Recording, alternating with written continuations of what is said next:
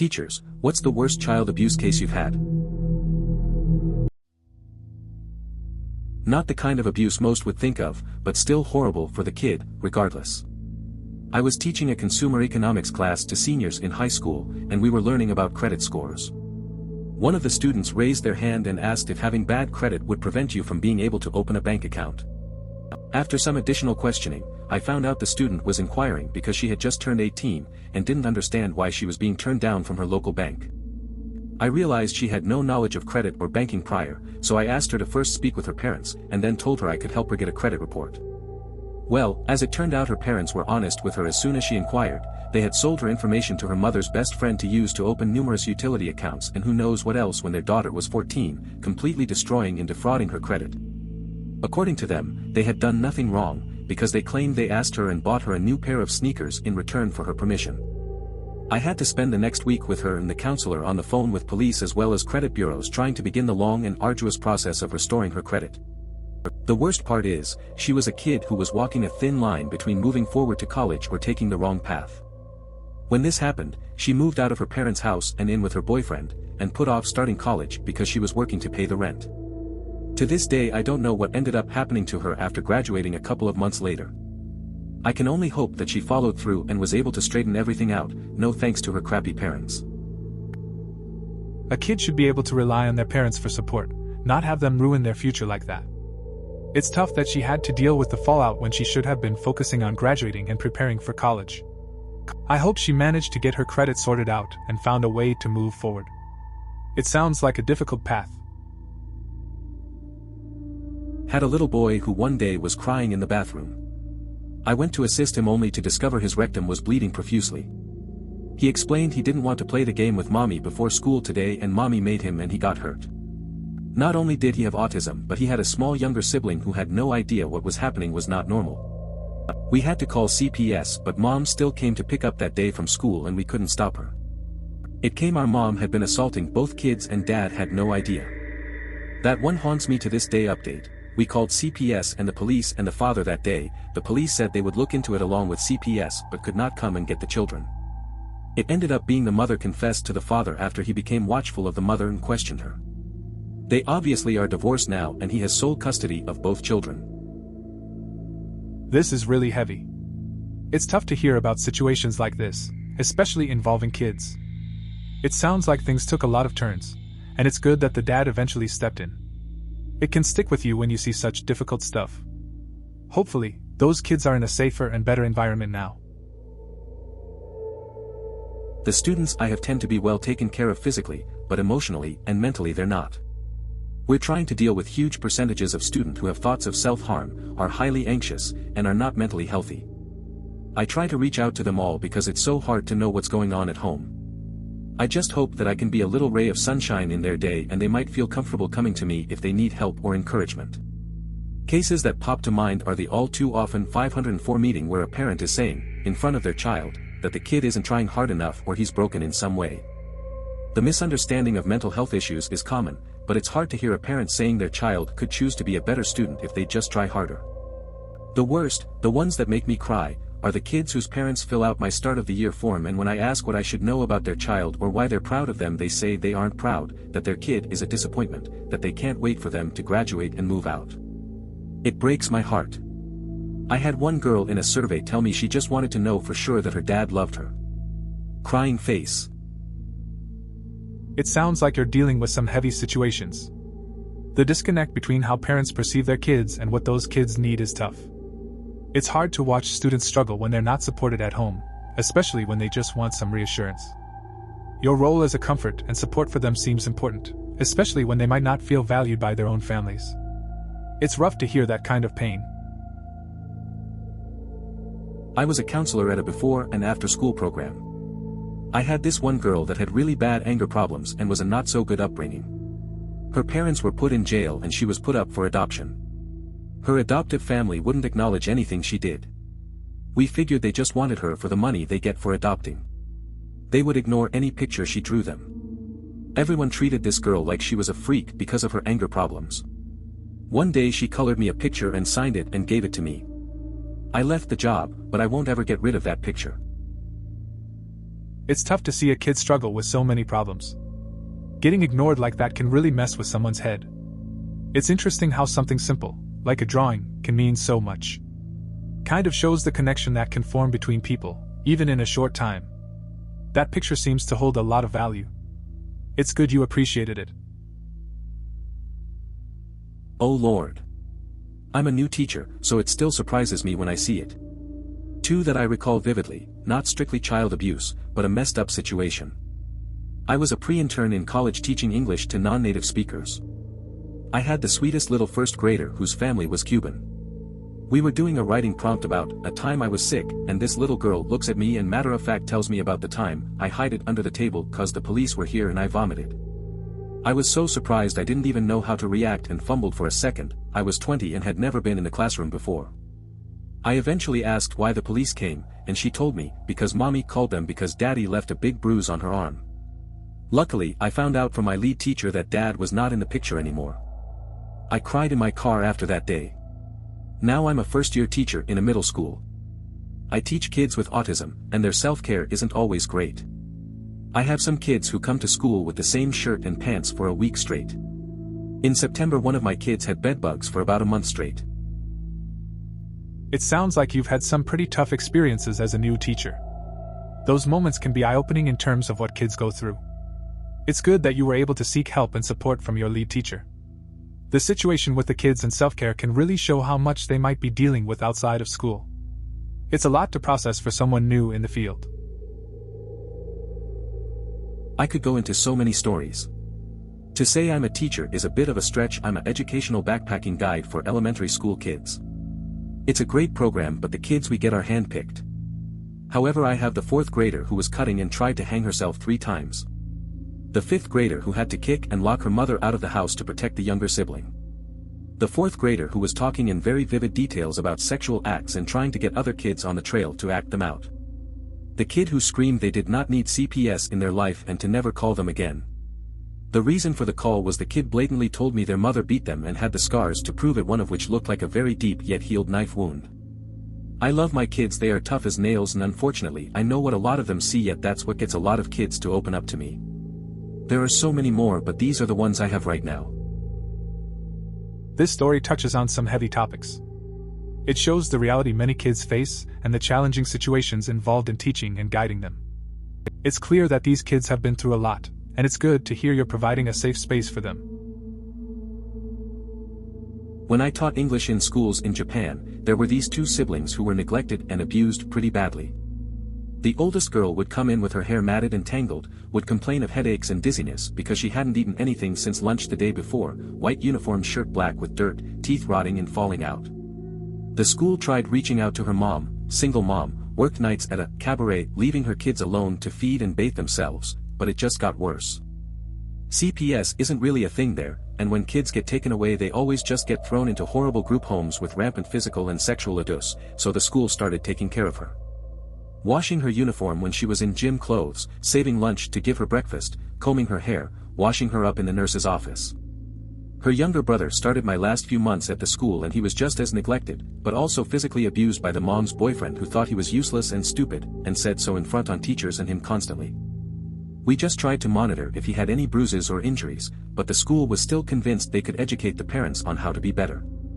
I don't know what happened to these kids, but I think about them constantly. Sad face. Edited for typos. That's a tough situation. It raises serious questions about how these systems work and what really happens to vulnerable kids. It's definitely something that stays on your mind. Hope they found a way to a better life somehow.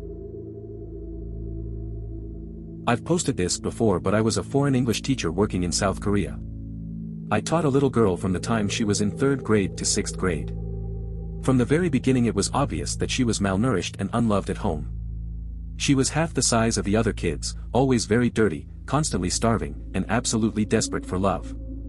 The Korean teachers all brushed it off that her dad was out of the picture, her mom was poor, and that her mom was also battling cancer. But to me what made it obvious was that her 2 older sisters were well cared for and happy. But they wouldn't so much as look at their younger sister, despite both being really sweet girls.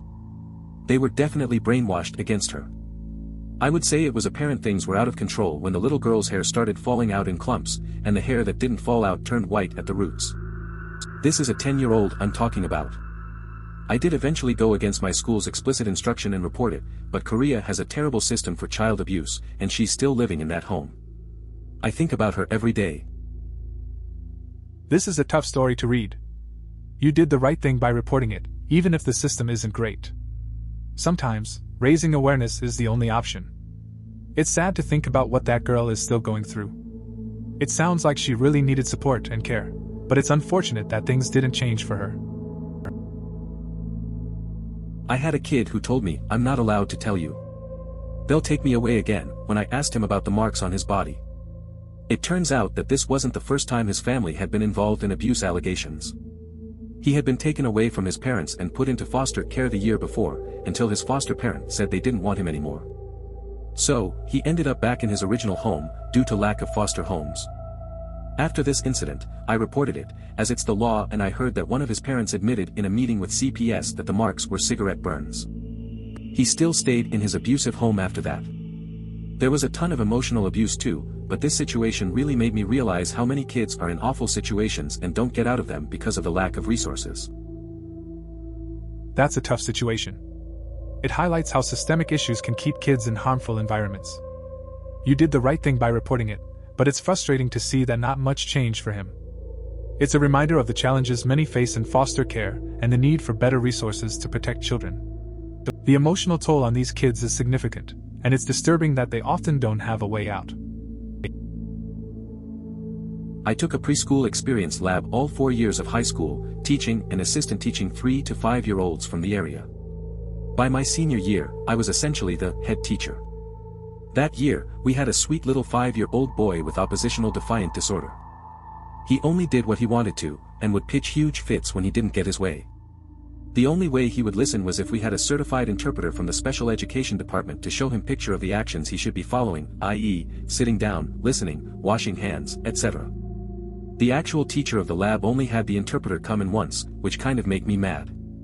Needless to say, this little boy had a lot of incident reports sent home with him. One day, this little boy had such a huge outburst, his mother was called to pick him up early. One of my co-teachers overheard his mother tell him, "You're the man of the house, you need to act like a man, and, if you don't get your act straight, I'm sending you back to shoddy daycare across town." To her 5-year-old. My heart absolutely broke for that little boy that day. If his mom had the guts to tell him that in his preschool, I can't even imagine how she spoke to him at home. It sounds like you had a tough situation with that little boy. Teaching kids with challenges can be demanding, especially when resources are limited. The comments from his mom weren't really helpful, and likely made things worse for him. It's hard to see kids go through that when they're just trying to understand their feelings and behaviors. Makes you think about the impact of parenting on a child's development. I once saw a student beaten in the street outside of school at dismissal. The student had forgotten his backpack at home. The mom was upset that she had to bring it to him. So she beat him with a belt as he walked. In front of all of his friends and all the other parents and teachers. She was screaming, "You embarrass me, now I embarrass you." We ran after her and called the police and social services. The child stayed in the home. He was in 2nd grade. I still get choked up every time I think about it. One of the greatest regrets of my life. I didn't move fast enough. I stood in frozen horror for a moment before acting. It was terrible. That's a tough situation. It's hard to see something like that happen, especially when it's a child. It's good that you called for help, but I get why it haunts you. Sometimes in the moment, it's hard to react immediately. It's unfortunate that some people express their frustration in harmful ways. In high school I would work in the elementary school to help kids with homework and other stuff. First couple months it was no big deal, and then I got out with a couple special needs kids. More difficult, but it felt good to help them out. Until one day this boy, we'll call him Frank, came in holding his arm. Now Frank wasn't the smartest, but he was super nice and just wanted a friend. As we were starting our reading that day I noticed Frank not being his normal self and started asking him if everything was alright. He told me his arm hurt, that he had hurt it at home last night. I looked at it and realized, this kid has a broken arm. All day long he had been walking around in agonizing pain, and when I asked him why he didn't say anything, he told me it was because his parents didn't want him to. Luckily the nurse made his parents take him to the hospital, and the next day he was back with a cast. Made me feel so bad for him, and a little pissed at his teacher who had him all day and never even bothered to pay attention to him. It's tough to see a kid in pain like that and not get the help they need.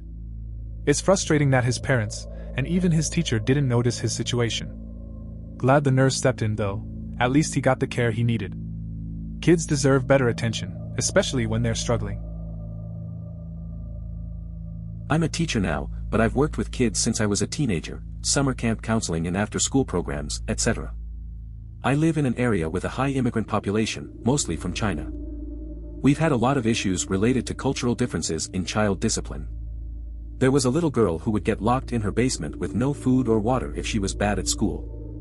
When ACS finally got involved, the parents broke down. They didn't know that wasn't allowed in the States, and that was how they had been disciplined as children. I have the little girl's younger sister in my after-school program, and it's so obvious the parents have changed. My school hosts parenting workshops in different languages now to teach about what's acceptable and what isn't. A lot of parents actually come, too, which is heartening. The story highlights a shift in understanding and the importance of education for parents. Changing mindsets can take time, but it looks like there's positive progress for those kids. Worked in an English course school for very wealthy kids. There was this really tiny girl who was enrolled in our 3-year-olds group. She was tiny even for a 3-year-old. Wealthy mom was always late to bring her, girl always looked sleepy as heck and was always wearing weird clothes, like party dresses, as if the mom would just grab the first thing out of the girl's closet and make her wear it. Her hair was always a mess. Mom wouldn't pack her any snacks for break time, except for a freaking tube of Mentos Mint. That's what the girl would eat. The following year we found out that the girl was not really 3, but 5 years old. She was so small she could pass as a 3-year-old and then some. Very thin limbs, poor balance. Mom had deliberately lied about girl's age for God knows what reason. We suspect it was to hide the fact that the girl wasn't developing/growing properly, probably because mom was too busy to feed her real food. We had a positive reinforcement system for homeworks. Every time a student brought back homework that was done properly, they'd get a golden sticker. Once they got 10 of those, they could get a small toy, school merchandising, though they were actually really cute. Kids were always psyched about getting their prizes. Homeworks for kids that age were ridiculously simple, usually just a sheet of paper with a picture to color, or a connect the dots thing, a color by number, etc. Little girl would never bring her homeworks. We called mom, she said it was too much homework and she didn't have time to help girl do it. Tried calling our equivalent of a CPS, but, much to my shock and dismay, they said they could only do something about it if the girl had bruises or marks of physical abuse. I shit you not. Then I stopped working there. I really wish I knew what happened to her and how she is now. This story highlights some serious issues. The girl's situation was alarming, especially her lack of proper care and attention. It's a shame that the system didn't step in when they could have. You can't help but wonder if things ever got better for her. It's unfortunate when kids don't get the support they need due to their parents' negligence. Makes you think about the impact of wealth and neglect.